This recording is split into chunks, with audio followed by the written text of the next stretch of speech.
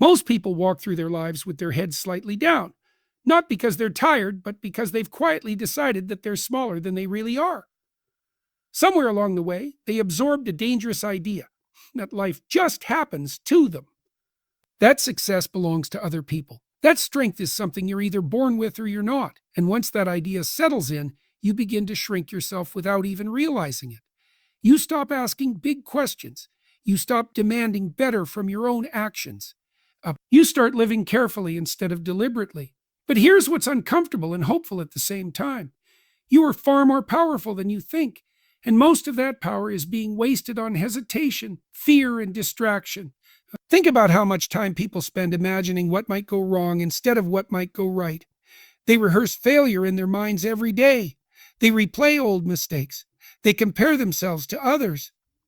And slowly, silently, they convince themselves that improvement is risky, that visibility is dangerous, that effort might expose weakness. So they stay in familiar discomfort rather than risk meaningful change. Yet the truth is simple and demanding. Your life is shaped less by dramatic moments and more by the tiny decisions you repeat when no one is watching. Every day you decide whether you speak honestly or hide.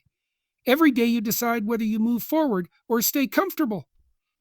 Every day you decide whether you treat yourself like someone worth improving. And most people never notice that these decisions are happening at all. You don't wake up one morning powerless. You practice powerlessness. You practice delay. You practice excuses. You practice telling yourself a tomorrow. And eventually tomorrow becomes a habit. But power works the same way.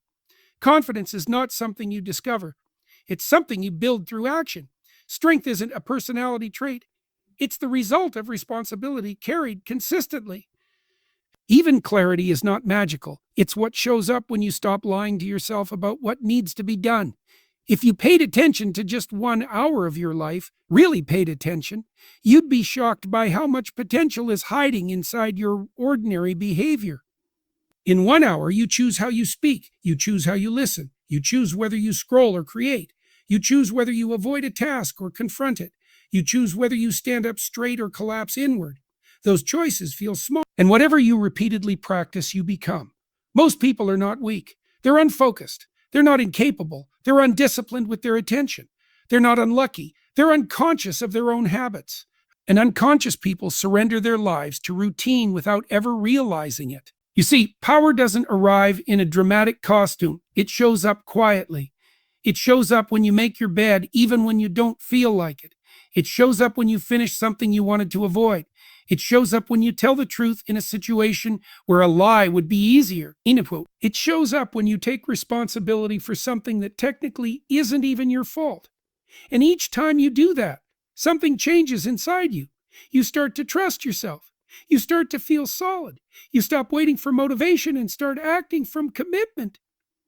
Because motivation comes and goes, but commitment builds identity.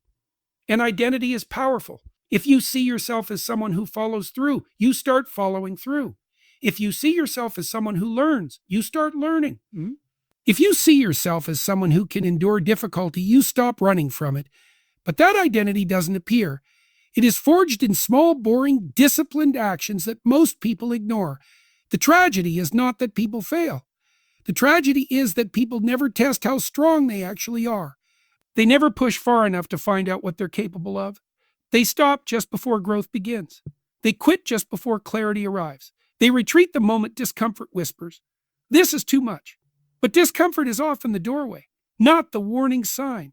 The moment you start doing what you could do, instead of what you feel like doing, life starts to reorganize itself around you. Your mind becomes sharper. Your emotions stabilize. Your confidence stops depending on approval. And suddenly you're no longer reacting, you're directing. That's what power feels like. Not control over others, not loud dominance, but quiet reliability within yourself. It's knowing that if something needs to be done, you won't abandon it. It's knowing that when life pushes back, you won't immediately collapse inward. It's knowing that your word means something even to yourself.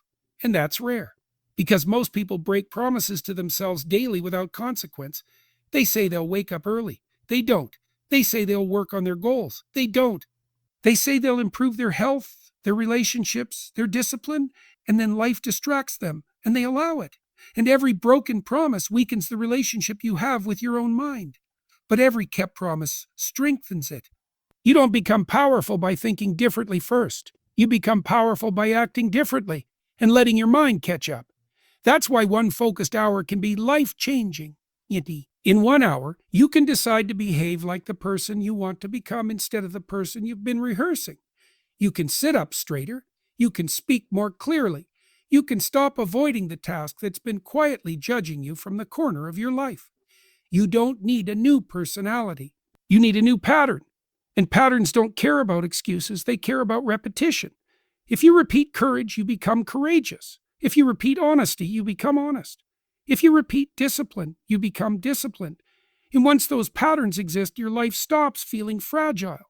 You begin to feel grounded. You stop asking, can I? And start asking, what's next? And that shift is everything.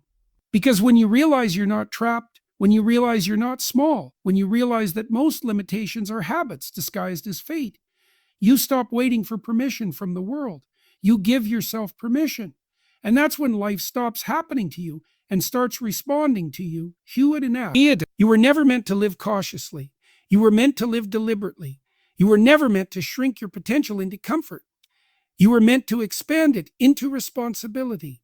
And the first place that power appears is not in success, not in applause, not in perfection, but in the quiet decision to take yourself seriously for the next 60 minutes. Because the moment you do that, everything else begins to follow.